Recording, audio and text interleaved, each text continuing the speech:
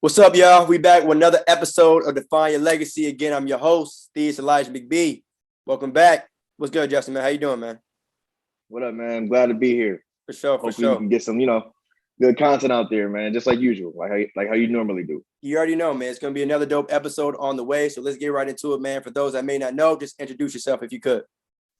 My name is Justin Royce, and I kind of dabble in just about everything. You see what I'm saying? Especially when it comes to investment. That's kind of like where I make most of my money and sustain myself. But I'm very interested in entertainment and the arts. So a lot of my money ends up going into those areas as well. So you can just ask me just about anything in either area, and I'm pretty sure I know at least a little bit to kind of help somebody in that regard. For sure. So overall investor, I would say let's tap in right into real estate. What are your thoughts, I guess, as a whole when it comes to real estate? So speaking from a personal experience, real estate was one of the first major investments that I got. As soon as I graduated UConn, that was my thing. Like, I was working really quickly, but I said, you know what? I'm diving directly into real estate. And what I decided to do, as opposed to move out, get an apartment and spread my wings a little bit, I started to stay home, stack my money up, and make use of that FHA loan, that 3.5% down. I ended up getting a 3-family house in a local town nearby to me, and I rented it out, man. That was the first thing that I did. It's one of my top 2 investments, if I'm going to call it. Okay. And I can't really say anything too negative about it. I think everybody that is young, especially my young minorities, we should be owning houses and real estate properties, because over time, it's one of those like surefire ways to build wealth generationally. Yeah. So what would you say, though, to someone who might be like, I guess, scared or hesitant to get into real estate? Well, I think the biggest thing for the young adults, if you are scared, is listen, worst case scenario, everything goes belly up. By the time in which everybody starts to look for their house around, like, maybe 35 to 45 years old, you would be able to, start from scratch again. Fact. So I would say take that risk, because your youth is on your side. And being that you're able to rebound so quickly, you should be good. If you are scared, though, understand something. Like, everything is not going to be cut and dry and easy, but those risks are what bring the rewards. So if you decided you want to go to a safe route, you may be able to, have the peace of mind of, not having any stress or anything like that. But if you decide to go out your comfort zone a little bit, you're in a situation where it pays great dividends. So take that risk. Take that leap. And it's definitely dope too, because, you're a young real estate investor. I think sometimes when people hear, at least, especially, coming out of college or whatever, it's like, okay, I need to reach a certain age and then I can do it, but as someone who's young in the game, that's really important. And you mentioned it too, with time being on your side. I think, the sooner you start, the better, right? Yeah, man. I was 22 when I bought my first property. I was 22. I'm 27 now, about to turn 28 this month. So that's about 6 years as a real estate investor. And listen, it grows you up. You see what I'm saying? You're in a situation in which you start to understand who you are in the world, how to manage people, etc. And you start to appreciate your hard work being given directly back to you in a monetary fashion. So listen, I advise it. I'm speaking from experience. If you're young, take that risk. I mean, I'm pretty sure y'all take risk in other dynamics of your life. Yep. And you might as well just do it when it comes to something that could pay you back almost immediately. Yeah. So I guess walk me through a little bit through that whole process of, use the term FHA and then use the 3.5%. Just kind of walk me through that. No problem. So basically, when it comes to real estate, people may be hesitant because they feel as though they don't have enough money. What America does, which is pretty good, is they allow Americans to use something called an FHA loan. And what an FHA loan is, a first-time homeowner's loan. And what they do is they say for every total amount of the property, we're going to charge you 3.5% for a down payment, and then we'll ensure that you get a mortgage to take care of the rest. So how that's broken down is for every $100,000, you have to put up $3,500 for a down payment in order to secure a loan, and then use that money to own the house. Yeah. So that's the first thing that you're going to need to be able to do in order to acquire a property, is be able to, afford that 3.5% down. I say be a little bit safe, and as opposed to going to 3.5%, go to 5%, because you may have closing costs, you may have to spend for inspections and other things. It gives you a little bit more of a leeway. Okay. So for every $100,000 to be safe, I would say, stack about $5,000 to the side. Okay. So let's say you have your money. Let's say you got 10 grand. You want to get a $200,000 property. Now what you have to do is speak to somebody who is then able to give you a mortgage. Now, you may be able to talk directly to a bank, but what I did was I spoke to a mortgage broker. And what that person does is essentially speaks to other lenders on my behalf. They give my profile, where I work, my credit history, the amount of money that I'm making consistently, my tax returns, etc. They make it pretty. They shop me around, and then once I get somebody who is able to, lend that money, they will be able to pair those two together. And then you get a pre-approval letter. That pre-approval letter essentially says, "Hey, I'm a lender. I'm interested in giving you money, and here's the amount of money I'm willing to give you based upon your profile." That pre-approval letter is then used for you to be able to essentially shop around. It's like a guaranteed card for you to say, you know what, I'm able to afford up to about $200,000. Talk to a real estate agent. They'll show you houses that are around that area with the $200,000 as a max. From there, you see which one you like, and then it's just like that. Go and purchase your house just like that. So with that though, was it a property or a home that you were living in, or was it something that you said, I'm gonna stay away from? I just wanted to kind of rent it out. So so with an FHA loan specifically, you're supposed to. You're supposed to live in the apartment. You're supposed to live in the property. Hey man, don't get in trouble. You say something here, man. Listen, hey man, listen. Don't say that crazy. All I'm saying is what they say. I'm just saying what they say. You're supposed to legally live there, I think, between 6 to 9 months, because they want that to be your first property.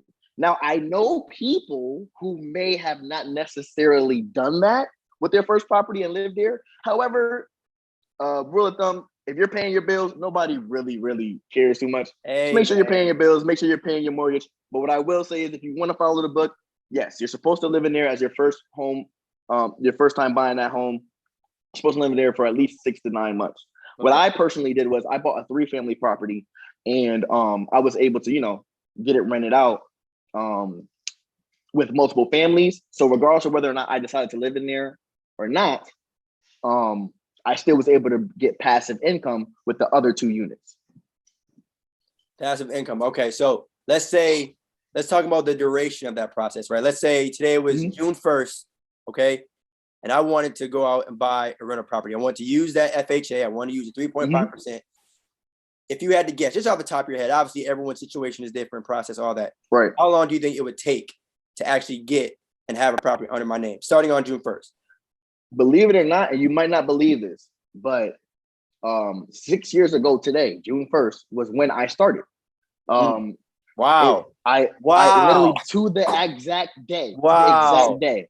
I graduated May 10th. June 1st is when I started my position, and I spoke with the mortgage lady, literally June 1st in person. Oh, so you wasn't wasting time. I wasn't wasting no time, bro. That was the only thing that was on my mind. So yeah, I'll tell you what my specific experience. It took me until December, I want to say 15th or the 2nd, the beginning of the 3rd week of December to actually close.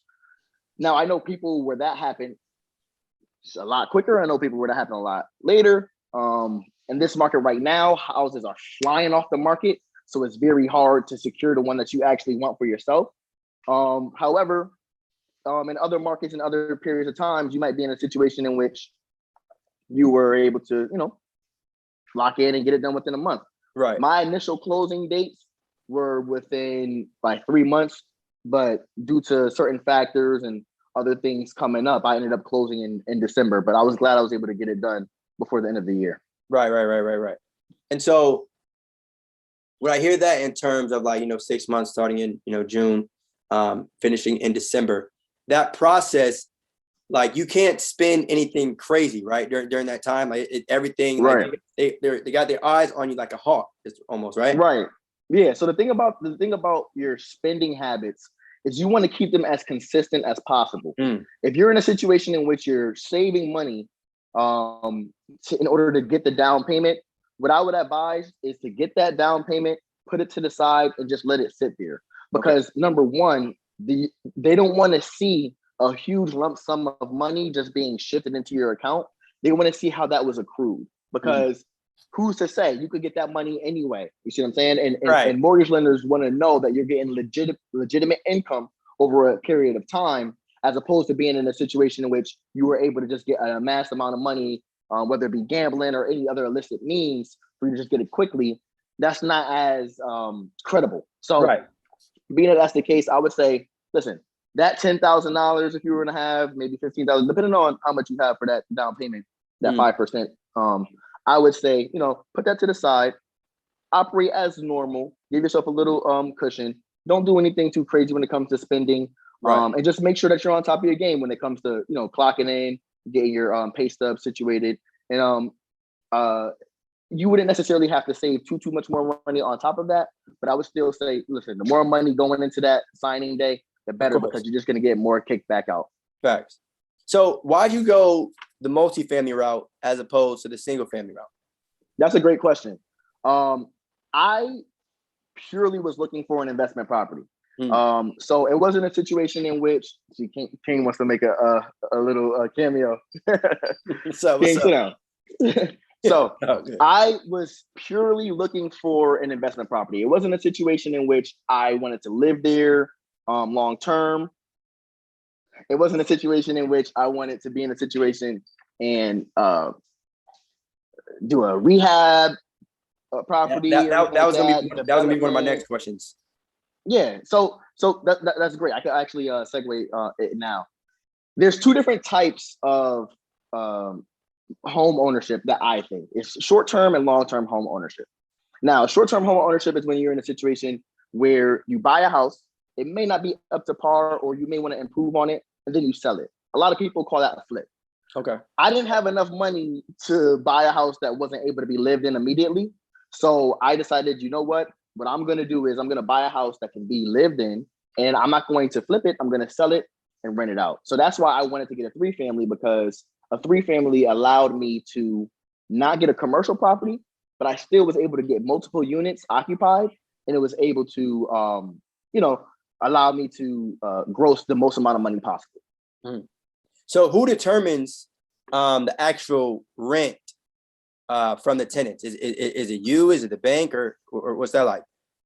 So technically, I determine the rent as the landlord. Because I own the property, I then get to decide whatever happens with that property. Now, that is the truth within certain means. I can't just charge an astronomical amount for rent, because that could be price gouging, and I could be subjected to certain laws that do not allow me to do that. I can't charge too much more than what it's worth, right? Based upon the area and based upon what I'm offering. However, I do have a window in which what I can charge is totally up to me. I could say, listen, this person can live here for free if I decided to. I could say, this person has to pay $1,200 or $1,300 a month, as long as it's within reason, and it's marketed in a way that is fair. I could charge whatever I want to. Okay, I like the sound of that. Obviously, we'll never take advantage of a situation, but just the idea 100%. Of ownership, right? Like you're the person in charge of all that. So how's life as a landlord though? Because I know obviously like it all sounds sweet, right? The idea of ownership. Okay, you got it. At the age of 22, all that. But how is the actual life of being a landlord?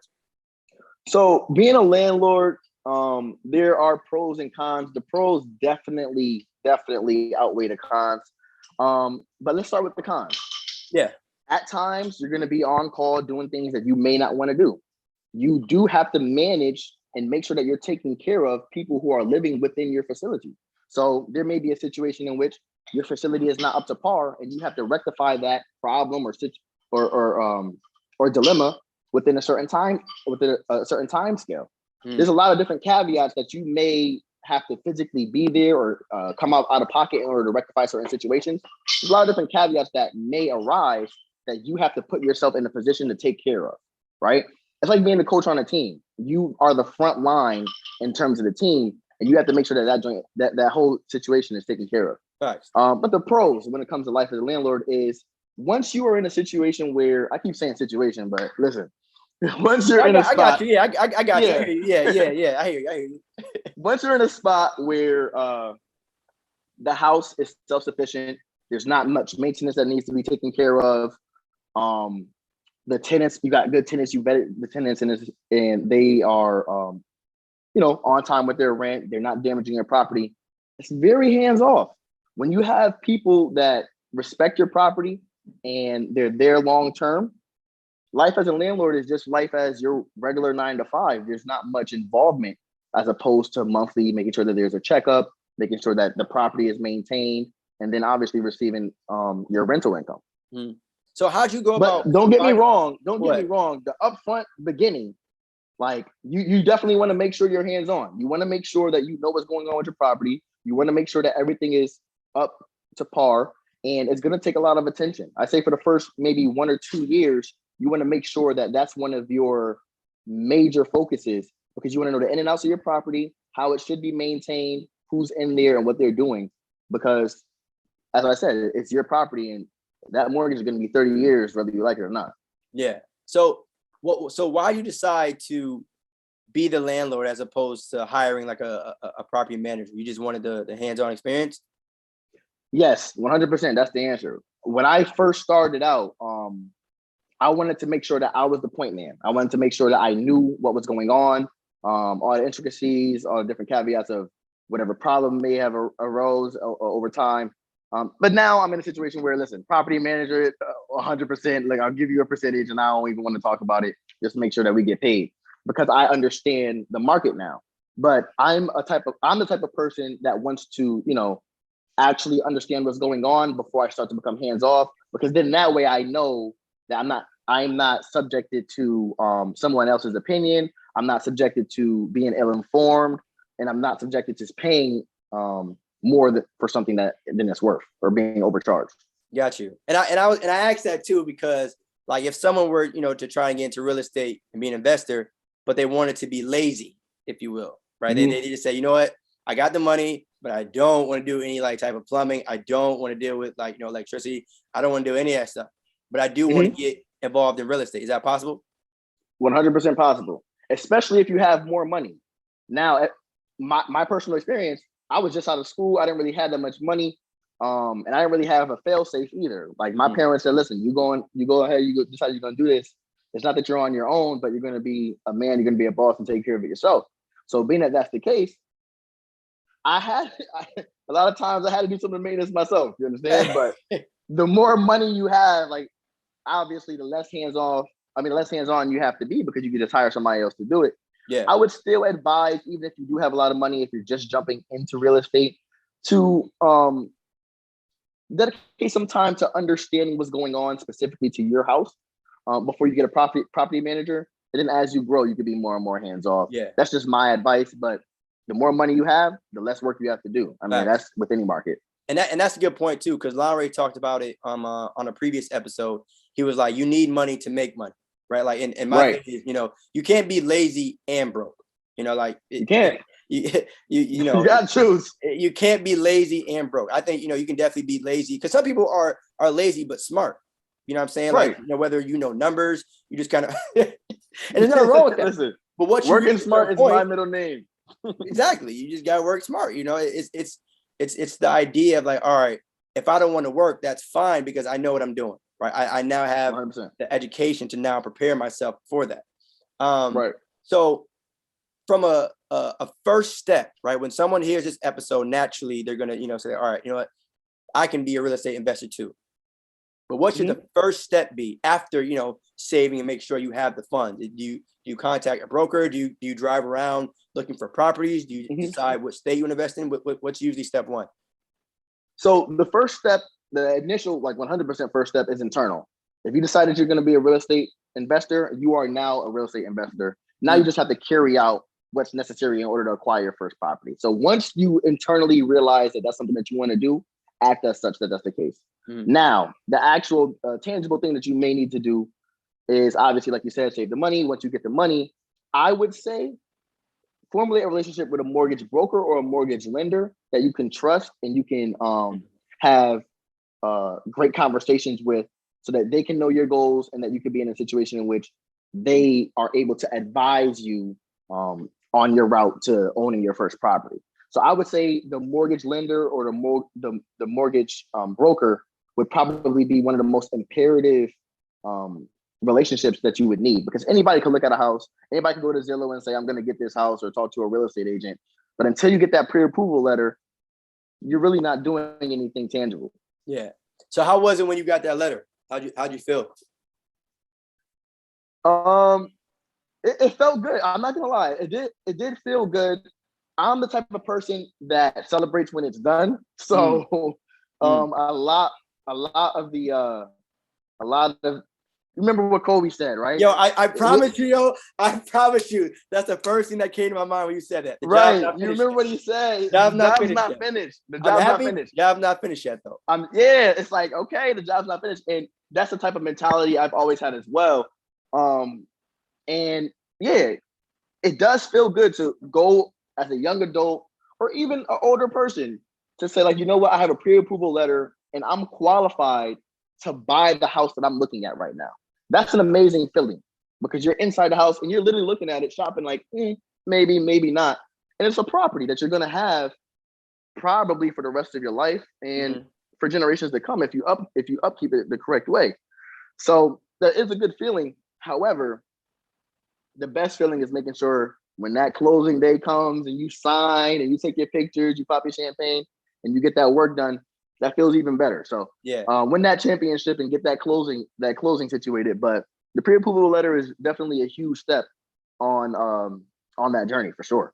Yeah, I can only imagine too. And just kind of doing the math on that for those out there that thinking that it might be either difficult or just in terms of saving. So 3.5%, you mentioned this before. If it's 100,000, right, and you have 3,500, that's a start. And I mean, you mentioned the 5%. I know, just to have that extra cushion.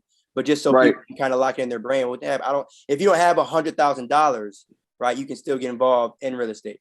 So if it's 100%, like crib, that's 200,000, you need 7K, right? So on and so forth. Full disclosure, my first property was valuated at about $250,000. Like I said, I was fresh out of school, working my first job. I promise you, I did not have $250,000 in my pocket to buy a house. But for 6 months, I decided that I was going to get to 12 to 15,000. That was for sure. I was going to sit there. I was not going out. I was going to sacrifice to the point in which I needed to, so that I could get to the point in which I was eligible to get that pre-approval letter. But yeah, listen, you're going to pay that in rent at some point in time anyway. So if you're a young adult, you might as well, put that money back into your pocket, because when you spend that money, you're owning something. And when you own something, you're never really spending the money and giving it away to somebody else. You're just transforming it into equity. When you pay rent, however, that money that's out the system. You're giving that to someone else. But when you are paying towards your mortgage, you're just building equity in something that you already own. It's a difference. So was it worth it in terms of, like, you said that you made sacrifices, you know what I'm saying? You didn't go out as much or at all, but just the idea of, like, all right, I'm sure during that time, it's like, yes, I want this rental property. Damn, maybe I want to go out. And so tough decisions have to be made. So would you say it was worth it at the end of the day? 5,000%. It's like I said, it was one of my best. Getting into real estate that early was one of my best investment decisions. It's probably top two, top three. And the reason why it's not number one is because I just value, like, the entertainment and other things a little bit more, because from a personal level. But in terms of a financial thing, yeah, man, like, taking that sacrifice at that moment in time, so that it could pay dividends over the course of 5, 6, 10, 20, 30 years is no question worth it. I don't even remember what parties was going on that weekend that I skipped out on. There's always going to be. It doesn't even matter. It doesn't even matter. There's no party or no type of situation that could be that important that you're not able to better your future each month. Yeah, that's real. Parties don't give you passive income unless that's a fact. A party promoter. But just the idea. Right. And the reason why I asked that is because I think sometimes, let's say a property was worth 200,000, right? And you needed the 7K, and someone only had, let's say, 2,000 in their account. They might say, well, damn, I don't have 7K, so let me just go blow it somewhere else. But the idea is, when you save, right, naturally you'll hit 7K. But just because you're not there just yet, it's like, all right, let me go spend it on some garbage. No, just it's a lot easier to disqualify yourself. But you shouldn't. You shouldn't disqualify yourself. That's why I said mentally, that's the biggest step. when you say like, listen, I'm thinking I should get into real estate. That's something I want to do. And you verbalize that and internalize that, that's the biggest step, because $0 and $2,000 doesn't matter, because you know, regardless of how much money you have right now, in the future, you will make yourself eligible to purchase that property. And that starts inside. If you don't really have that inside of you already, it may be a little bit harder to achieve that feat, because if you don't have a lot of money coming in, there are going to be sacrifices that need to be made. So it's either sacrifice now or, sacrifice later. Facts. But you're gonna have to pay. I say you're gonna have to sacrifice. I think if you really want to reach that life, you're gonna have to sacrifice something. And it's okay too to sacrifice. I think, what I'm saying, like, I think we're trying to make that narrative cool and popular, if you will. Like, it's already like, it should be. Like, everyone has their own lane. You know what I'm saying? Like, some people have a lot of properties already. Some people are, just looking to get started. But you have to know what lane you're in. You feel me? And then it's a testament to your character. Like, if you decide that you're gonna sacrifice for something that you want, listen, I'm pretty sure you can speak to sacrifice for the amazing position that you have been in. I can speak to sacrifice. It's unique to the individual, but at the end of the day, if you're not sacrificing for a specific or a greater means, more than likely it's going to be harder to achieve. Period. Yeah, and you got to ask yourself, what's your purpose? And I guess what's your legacy, right? Gotta define your legacy, man. Gotta define your legacy. You see it. But so I asked, obviously the first steps in terms of the money that might be needed to get started. But you mentioned too the mortgage broker. So how did you find yours? Like, was it someone that you already knew? Did someone put you on? Yes, somebody definitely put me on. My parents were really big into real estate right around the time there was the huge market crash. So we didn't really survive with any properties or rental properties after that crash, besides the one we were living in. But we kind of, grew a little bit of knowledge there. One of my good friends from UConn that I met, his name is Azim. He was very interested in real estate at the same time.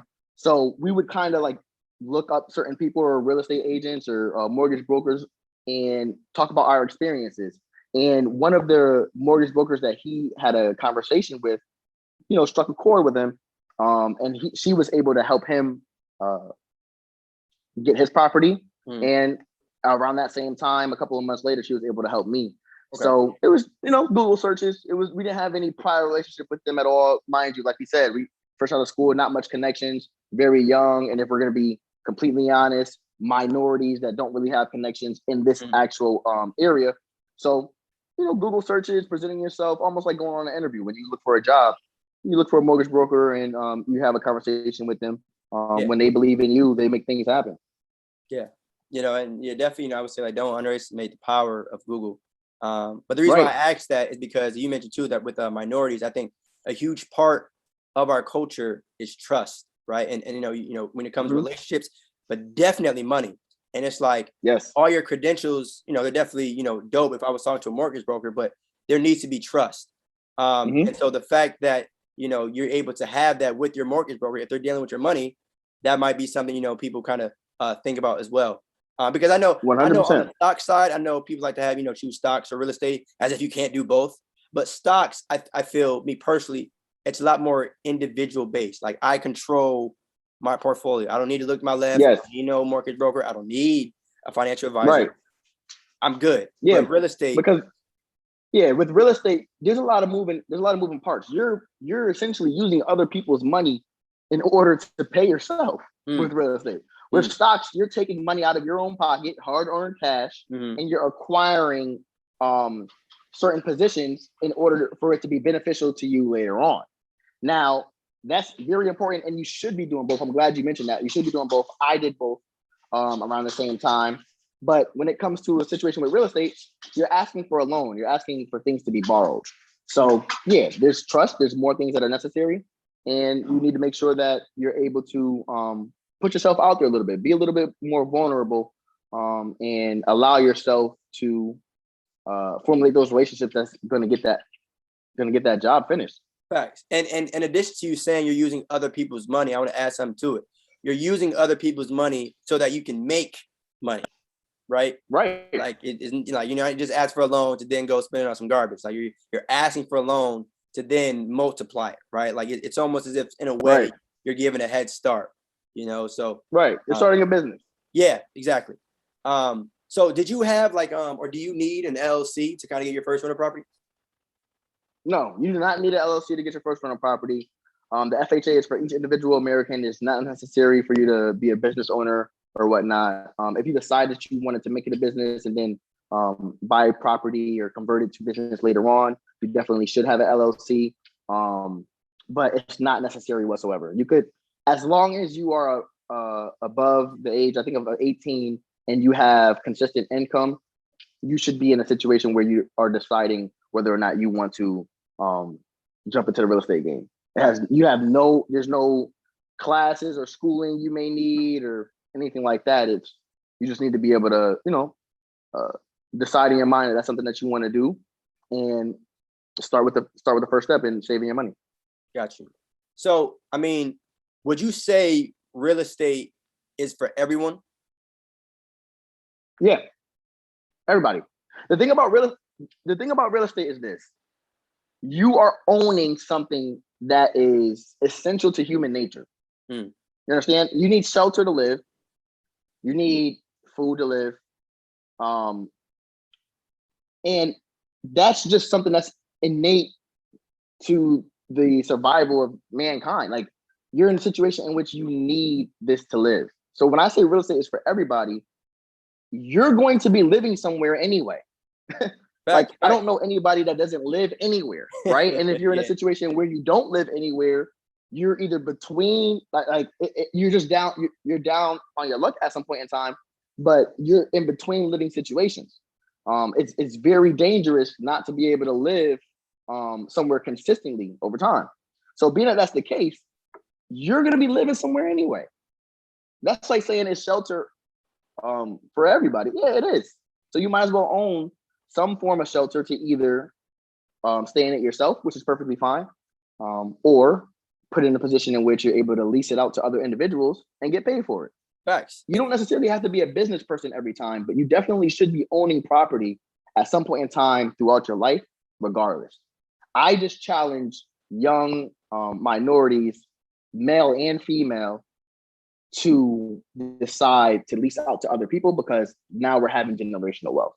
And I think that's something that's very important for us, especially when it comes to ownership, because it's detached from the actual cash value. You're able to raise rent, lower rent based upon what's necessary.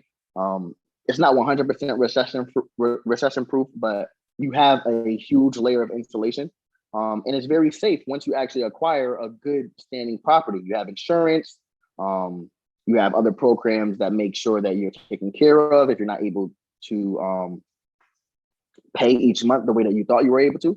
And it's something that the risk is very low on, but the reward is very high on. I think it's for everybody in that regard. So, I mean, it's dope too, because it's another asset class, right? You just added it to your whole overall, general portfolio. It's not like it has to be the only thing you do, but it's a good bedrock for your asset class too. Yeah, great bedrock. Yeah, and I'm sure the taxes portion of it can kind of come into play too. Certain things that it does. You can write off, and things like that. Like the write-offs are definitely pretty cool, man. Each time you gotta file those taxes, you need to write off.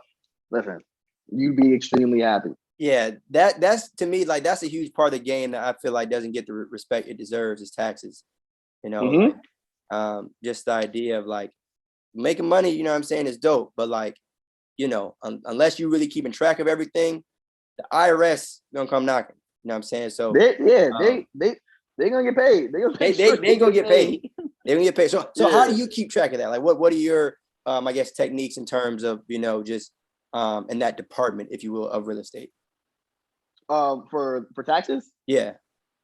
So the thing about real estate payments and tax payments is the way that your payment each month is set up accounts for taxes, it accounts for insurance, and it accounts for the mortgage. So your mortgage plus what they call escrow takes care of just about all your payments that are necessary outside of maybe like utilities.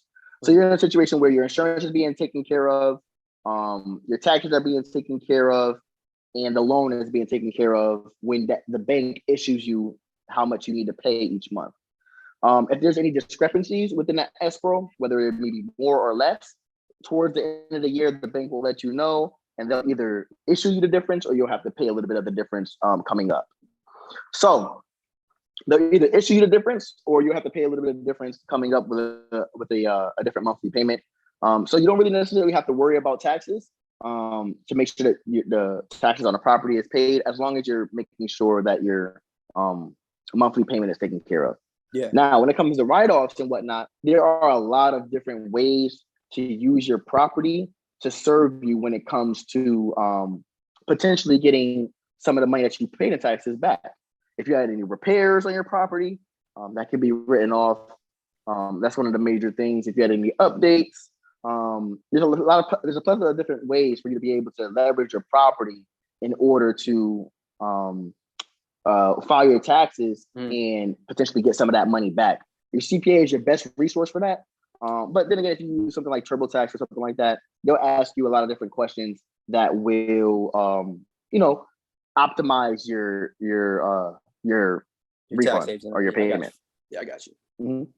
But yeah, that's definitely huge, in clutch in terms of, when we had that dialogue about taxes and paying and saving, getting the refund and all that. I think, from what I heard, real estate is definitely helps with that. It's definitely. It definitely does. It definitely does. It's always good to be in a situation where you're able to get some money back that you weren't even accounting for, because then you're able to use that money and then potentially, like you said, either buy some stocks or maybe save it for another property. Yeah. Wow. You can use that money to buy more stuff. That's going to get you more money. First thing that you said, anything about buying, no something else that, isn't going to make you money. Just constantly once you get it, keep pouring it into, other things like that will continue to bring you even more value. Liabilities is dead, man. We're not doing that no more. We own assets. Because the way I see it too, when it comes to like paying for, stuff like that, is like, it doesn't help you out in the long run, but like having real estate, and stock, and you talked about it, the idea of generational wealth. Those are things that are going to last a long time, right? And we're both young individuals. So when we look, down the line, I'm saying it's even better. Now, obviously, for those listening, regardless of your age, I'm saying just get started is always the most important thing. But especially for young people that might be getting to the game, like you said, you started tapping in right after college, which that is rare. So salute to you. It is. But even hearing about it now is dope, because obviously you have more knowledge now than you did when you first get started, just naturally, right? You for sure. More. So like, let's say I'm gonna call you an expert just for the sake of this situation, right? Yeah. Let's say, I'm saying you got a 10 out of 10 right now when it comes to what about real estate and your property specifically. Where were you?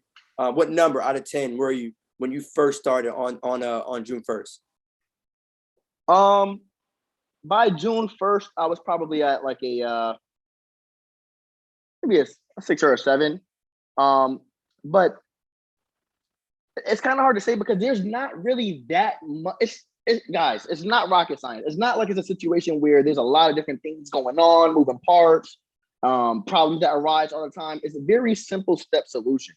Now, the reason why I say I was at a 6 or a 7 is because I didn't actually go through the process and understand how a mortgage broker did their job, how a lawyer was an instrumental in closing the deal, how a real estate agent was supposed to converse with other real estate agents in order to bring it to fruition. So being that I did not know all of these things from an experiential standpoint, I would give myself a 6 or a 7. But when it comes to just like the acquisition of knowledge, there's not much more to know than you already know going through that process.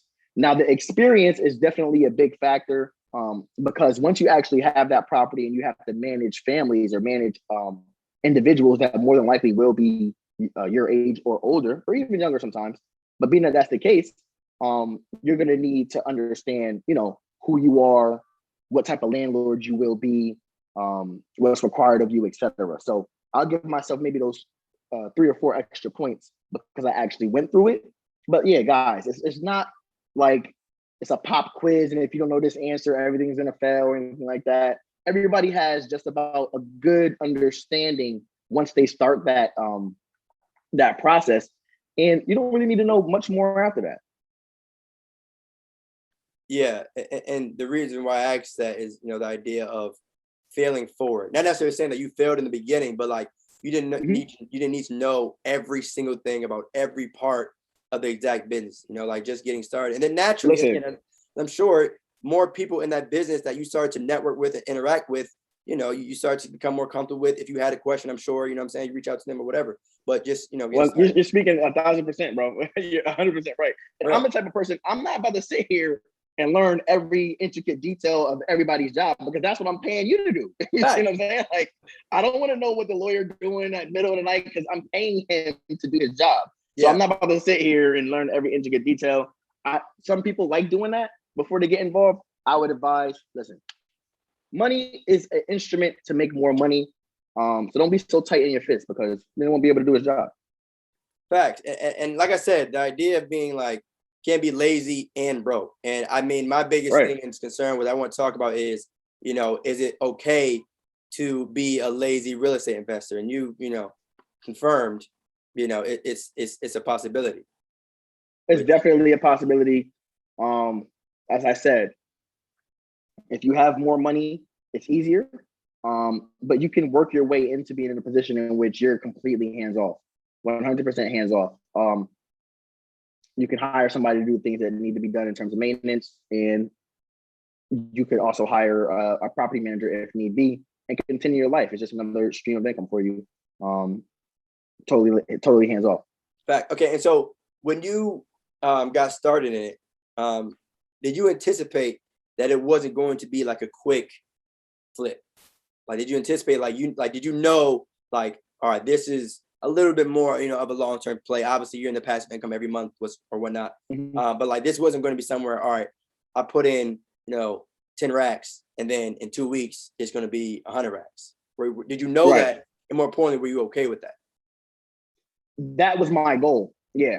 I wanted to be in a position where I had something I could count on monthly.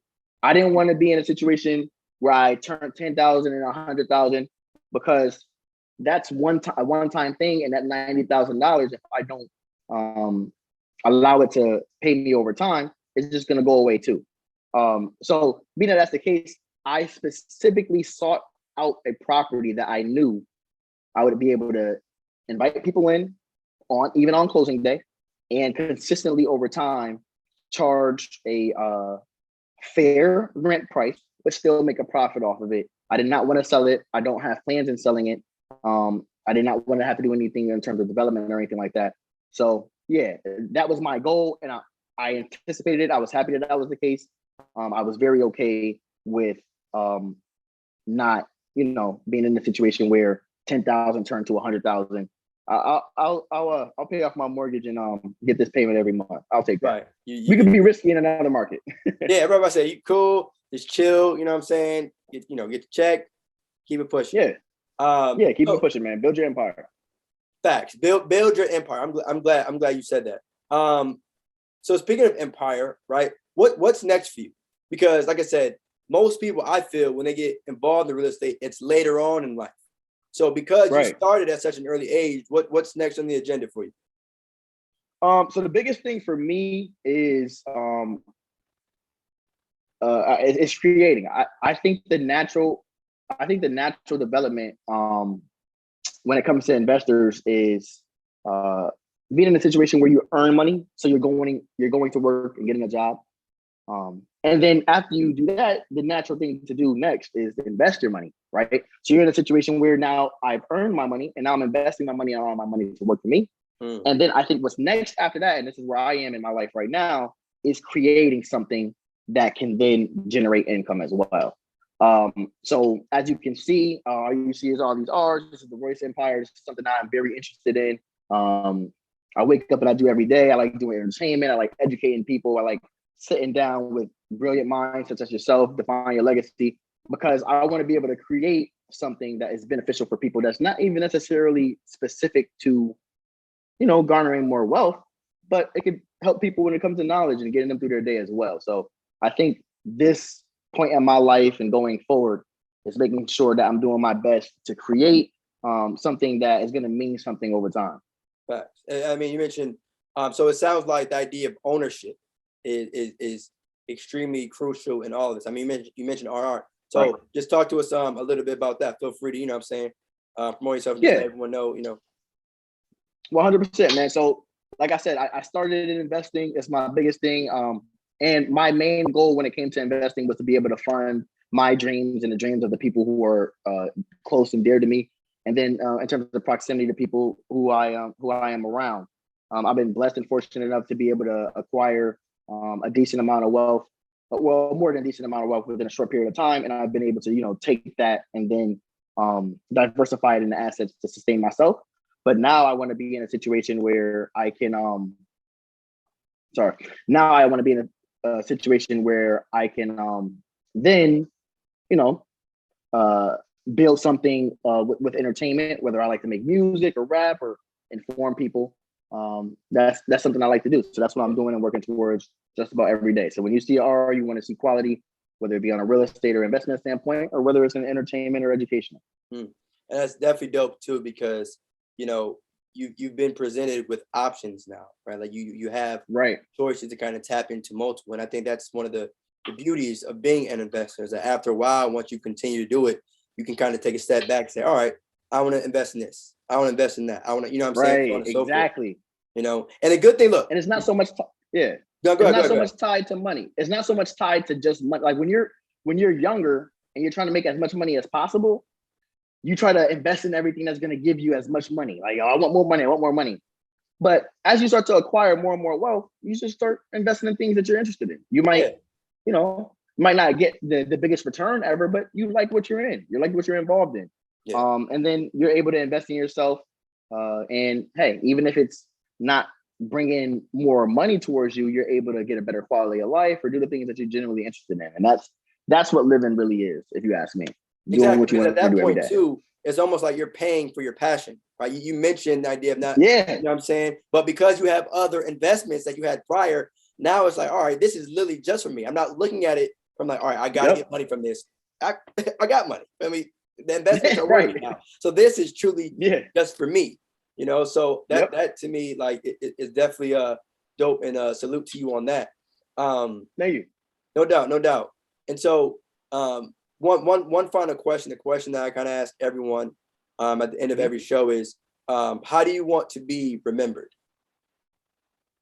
So I think the biggest thing for me is to make sure that everybody knows that when it comes to me, I was a wealth of knowledge that you could get for free. It wasn't a situation where I was trying to, you know, acquire as much notoriety or money or whatever good thing that you might want to add into it just for myself.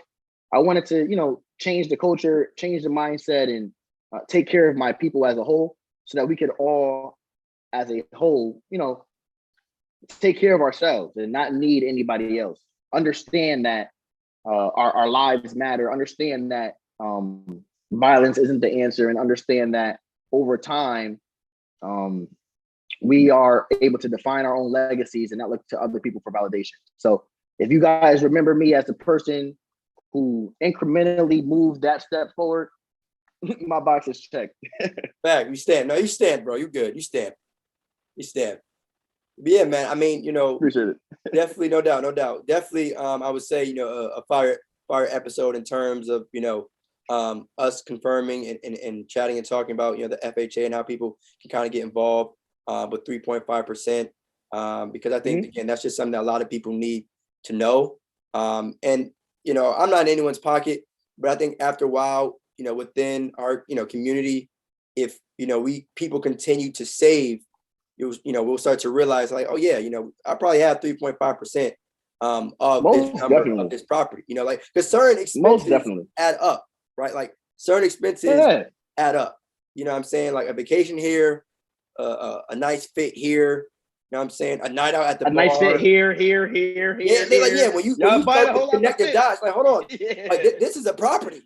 Like my first was a property, you know, like, and so, but the fact that, and I've always said this too, I'm always a big believer that you can always do both. Have fun as well as being an investor. But when you're only just having fun and that's it, your money isn't going anywhere important and nowhere isn't making money, you might be on the verge of danger. So that was really why I wanted to have you on, as well as just have, this podcast as a whole, just to really understand a little bit more about real estate and how people can get involved, utilizing that FHA as a first time. Because to me, I mean, I think that's a gem that, our people should know about. You know what I'm saying? So, and again, you got started young, right? Like you got started young.